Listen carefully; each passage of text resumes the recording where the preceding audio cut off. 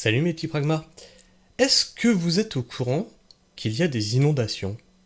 Et là, c'est une patate chaude, tout le monde se renvoie la balle, c'est de la faute à personne, mais c'est de la faute à tout le monde. Il y a des agriculteurs qui sont en colère, le parti écologiste dénonce l'État, et les journaux dénoncent les décisions prises par le parti écologiste. C'est génial, c'est un foutoir monstrueux. Et puis on va voir tout ça. Donc moi j'ai pris connaissance de ça par ce petit tweet là. Pas de Calais, la technocratie en marche. Le curage est un non-sens. Avec des techniciens qualifiés comme ça, on n'a pas fini d'être inondé. Et donc il nous partage deux articles de journaux qu'on va lire ensuite. Vous allez voir, parce qu'il a entouré des choses qui sont intéressantes. Hop là, qui dit: le curage est un non-sens hydraulique, un cours d'eau ne doit pas être curé, il doit s'auto-nettoyer. On ne cure plus les cours d'eau depuis 2006, nous explique un technicien qualifié, ulcéré par la position du ministre. Le curage est un non-sens hydraulique, un cours d'eau ne doit pas être curé, il doit s'auto-nettoyer. En curant, on élargit et on approfondit le cours d'eau. Eh ben oui, mon génie, ben oui, t'approfondis le cours d'eau. Donc qu'est-ce qui se passe quand tu le fais pas? Eh ben la rivière, le lit du fleuve ou de la rivière est moins profond. Du coup, quand il pleut, qu'est-ce qu'il fait, mon petit génie? Bah ça déborde. Bah ça déborde. Si c'était plus profond, qu'est-ce qui se passerait? Vas-y, réfléchis avec tes neurones. Non mais... Ils ont voté une loi dans ce sens-là, hein, en 2006. Et donc, quand il y a peu d'eau, il perd de la vitesse. Ouais, quand il y a trop d'eau, qu'est-ce qui se passe? Qu'est-ce qui se passe? Ce qui favorise la sédimentation. Enfin, le curage risque d'entraîner des inondations en aval. Eh bien, apparemment, il n'y a pas d'inondation là. Ça me fait délirer, sérieux. Donc on reviendra sur ce petit article pour aller lire les commentaires. Mais on va lire l'article de journal d'où c'est tiré. Et ensuite on verra l'intervention de notre ministre de l'écologie. Vous savez, celui qui prend l'avion. En a-t-on fait assez depuis les crues de novembre? Des mesures d'urgence ont-elles été prises suite aux inondations de novembre? Et pouvait-on faire plus? Réponse entre autres avec le ministre de la Transition écologique, Christophe Béchu, ainsi que des représentants locaux. Bon, je vais agrandir un peu plus. Toc. Ouais, l'image est pas tip top. Mais on va essayer de lire ça. Des dizaines d'actions ont été menées depuis la fin novembre, répond Christophe Béchu, ministre de la Transition écologique. Des embâcles, phénomène d'accumulation de matériaux, ont été enlevés. Des curages d'urgence ont eu lieu. On a nettoyé les arbres. On les a briqués. On a nettoyé la forêt. Et les déchets qui obstruaient le cours d'eau, assure Alain Méquignon, maire de Fauquemberg et président du syndicat qui gère la SMAGE. Les mêmes opérations auraient été menées sur la Lys. Le département du Pas-de-Calais explique de son côté avoir curé 200 km de fossés. Et oui, vous allez voir, parce que ils n'ont pas voté une loi qui nous interdit de curer que les cours d'eau. Ils ont placé les fossés comme étant des cours d'eau, donc il ne faut pas curer. Ils sont des génies. On est gouverné par des génies. 200 km de fossés sur les 300 km de routes départementales hors agglomération, inondées en novembre. Eh oui, parce qu'un fossé bouché, qu'est-ce que ça fait? Quand il y a plein d'eau, ça déborde. Mais putain, mais les génies. Ou pas. Tout a été nettoyé, vraiment? Le président de la région Hauts-de-France, Xavier Bertrand, interpelle le ministre. Rien qu'ici, à Thérouanne, la Lys est encombrée par les inondations de novembre. Les 2 employés municipaux de la commune ne vont pas se transformer en hommes grenouilles. Il faut d'autres moyens. Alain Méquignon explique de son côté qu'il est le plus souvent impossible d'intervenir en ce moment, car les machines s'enfoncent dans les rives, tant les rives sont gorgées d'eau. Ben oui, c'est pour ça qu'il faut curer quand le lit de la rivière est accessible en été. Où l'on reparle du curage.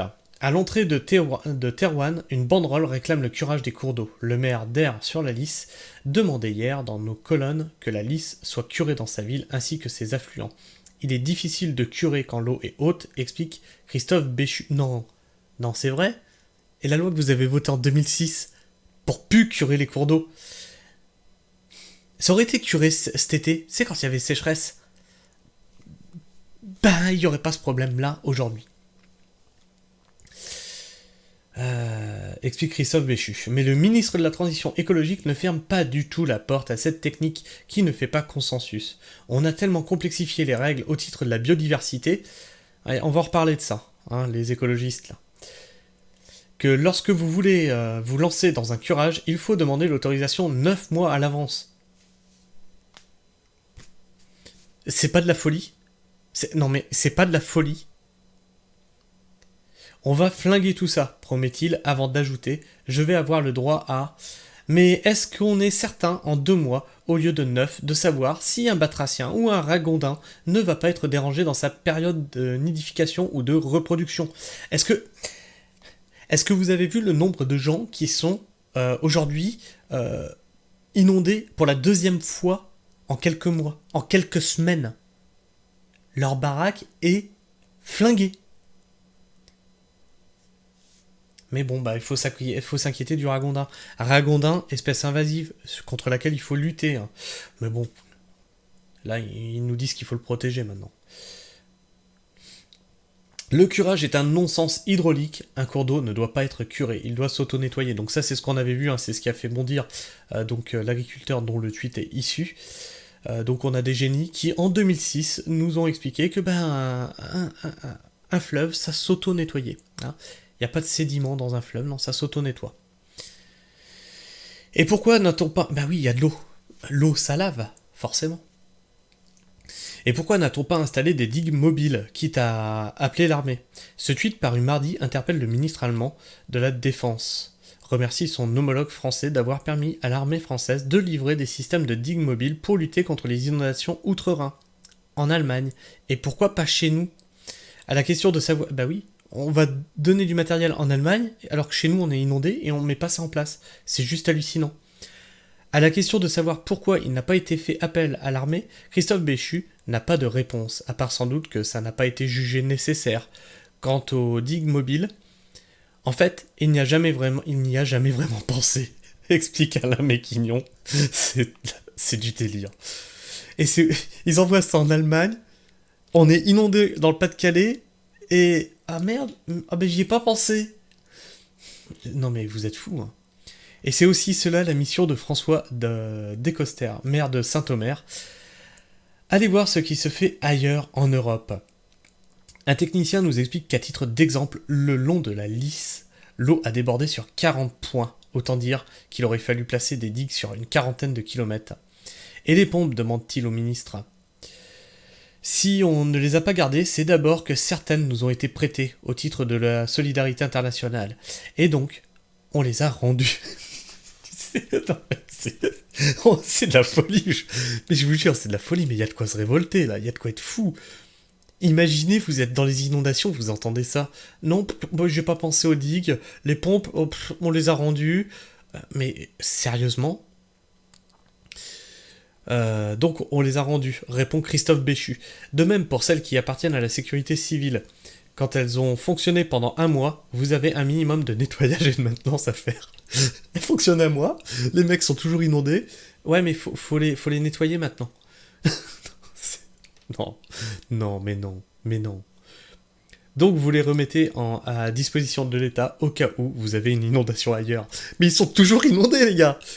Ils sont toujours inondés, mais c'est pas grave. On les remet à disposition de l'État pour intervenir sur une autre inondation ailleurs, des fois qu'il y en aurait une autre. Non, il y en a une là, quoi. Mais... Non, mais... Sérieusement ? Personne n'imaginait qu'on ait un nouvel épisode de ce type dès le début janvier. Oh bah non, personne n'imaginait ça. Non. Lâche Christophe Béchu. Mais le ministre donne rendez-vous mardi pour... C'est la méthode Coué. Tout va bien. Non, on peut pas imaginer que ça aille mal. Tout va bien. On est gouverné par des tarés. Hein.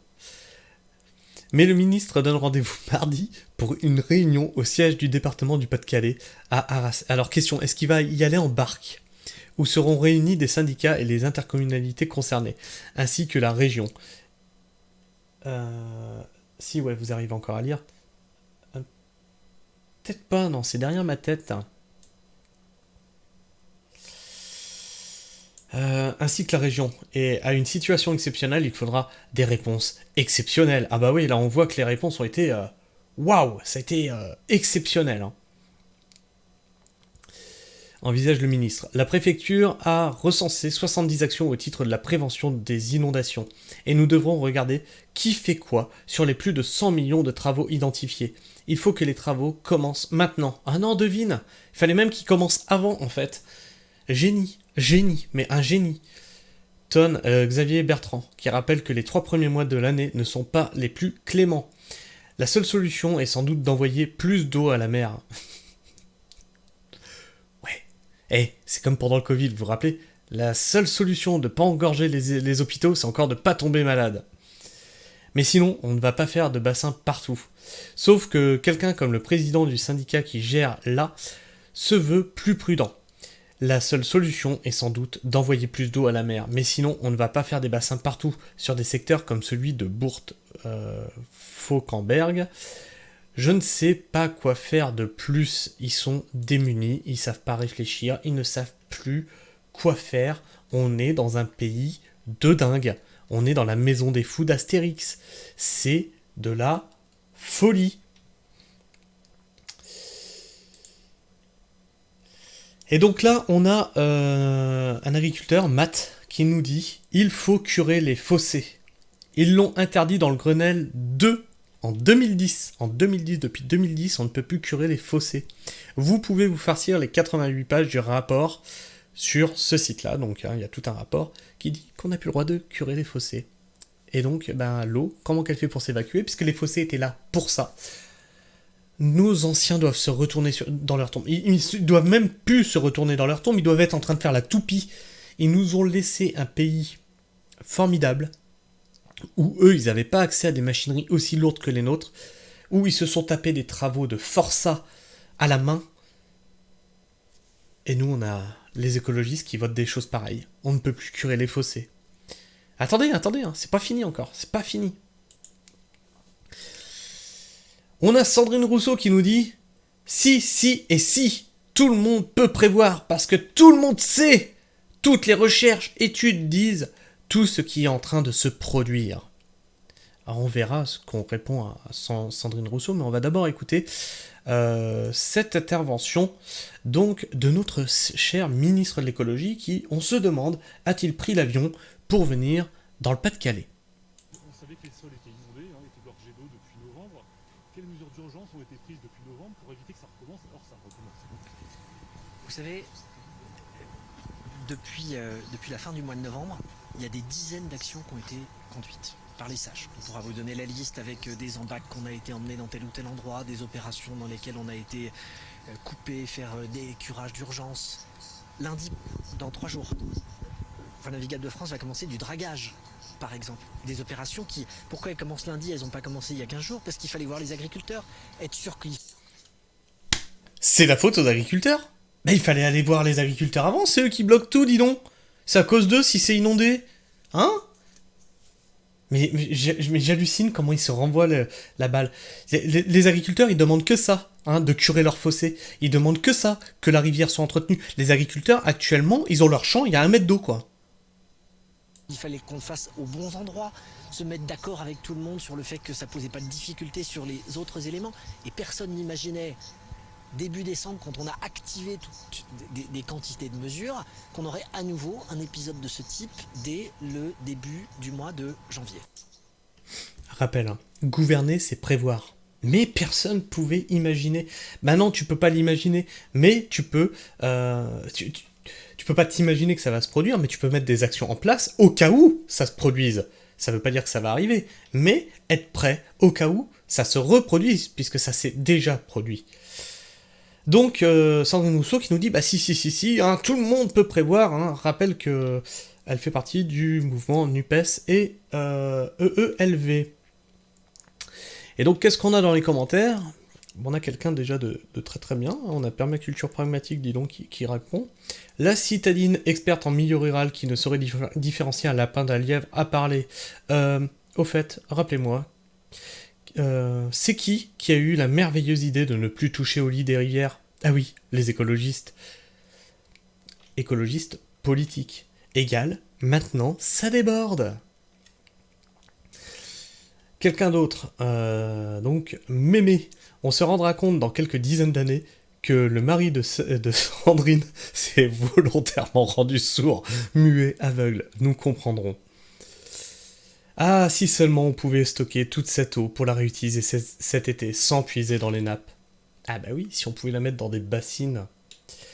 Alors, pourquoi les gens restent-ils dans une zone tellement inondée depuis des milliers d'années? Et voilà, tes études, c'est pas la faute d'un gouvernement depuis 10 à 15 ans. Et donc là, on voit, donc, il nous partage une carte où il y a des inondations fréquentes, donc en bleu clair. Donc là, on sait qu'il y a des inondations, et on interdit le curage des fleuves, on interdit le curage des fossés. C'est du suicide, en fait.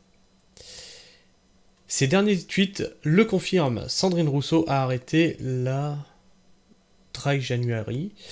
Elle préfère se consacrer pleinement au January. Oh là, ouais, non, on va pas lire ça. Spécialiste en travaux finis, recherche et études des autres, en Sinoche, nous donne ses conclusions. En septembre, les nappes sont vides, on manque d'eau, il n'y a plus d'eau. En janvier, les nappes sont pleines, on a trop d'eau. L'eau est un problème. Si Sandrine Rousseau arrête de tweeter, le ralentissement des data centers serait suffisant pour stopper le réchauffement climatique. Enfin bref, elle en prend plein la tronche. Et moi je voulais revenir sur le tweet là, donc le tweet qui m'a fait découvrir ça, et aller voir les commentaires, et donc ce qu'en pensent, pour la plupart ce sont des agriculteurs ou des campagnards, hein.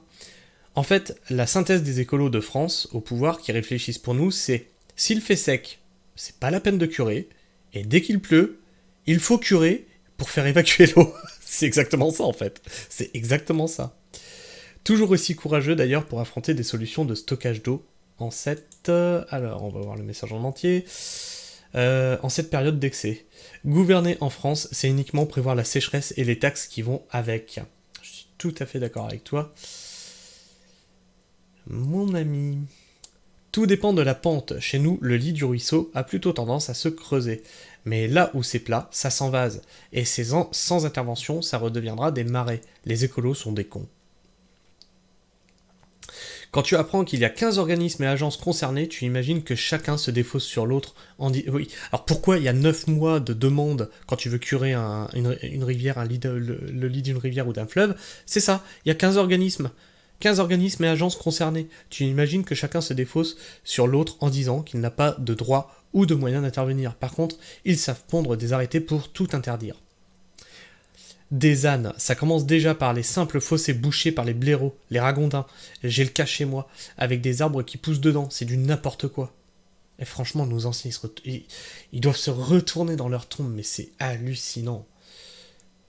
C'est typiquement le problème de décisions qui sont prises par des personnes qui ne connaissent rien à la campagne. C'est typiquement le problème de personnes qui sont hors sol et qui vont te dire à toi, dans ta campagne, comment tu dois faire. L'exemple de la Seine est un très bon exemple à prendre, mais ces petits hommes gris sont trop intelligents et arrêter leurs termes réponses style « c'est pas pareil ». Comme les humains, c'est pourquoi je ne prends plus de douche depuis 10 ans. Virez-moi ces gens pseudo-techniciens, c'est à cause d'eux que beaucoup de choses vont si mal. Il a tout à fait raison, si tu cures en amont, tu retrouves l'eau très vite en aval. Le problème est de cultiver, construire sur des zones humides. C'est vrai, pourquoi écouter un spécialiste dont c'est le métier, qui ont fait des années d'études en hydrologie? Je suis pas tout à fait d'accord. Franchement, je suis pas tout à fait d'accord avec ça. Je suis d'accord avec le poster initial. Après, vous avez le droit d'être pas d'accord avec moi. Hein. On a les mêmes sur ma commune, du coup, notre Jalles est devenue une masse boueuse puante. Voilà. Ah, les technocrates. Et pour un peu qu'ils soient écolos. Je me demande comment ils font en Hollande, mais on va me répondre que ça n'a rien à voir. Toc. Ah tiens, Vincent, salut. Bon, je vais pas regarder ta vidéo, mais salut à toi. Je sais que t'es sur la chaîne. Comme quoi, Emmanuel Ferrand, la justice peut vous condamner à ne pas curer les fossés, mais elle ne vous garantit pas de comprendre pourquoi. La DDTM. Ouais, c'est débile. Oui, c'est vrai que curer n'est pas la solution. Enfin, bref, que pensez-vous de tout ça? Dites-le moi dans les commentaires. Grosse pensée pour les personnes qui sont dans le Pas-de-Calais et qui sont avec des problèmes d'inondation. Si vous aimez ce que je fais, n'hésitez pas à me laisser un like. Si vous aimez pas, vous me laissez un dislike. Si vous êtes encore là, en fin de vidéo, n'oubliez pas de vous abonner, d'appuyer sur la petite cloche. Puis moi, je vous fais la bise. Prenez soin du sol et restez pragmatique. Ciao.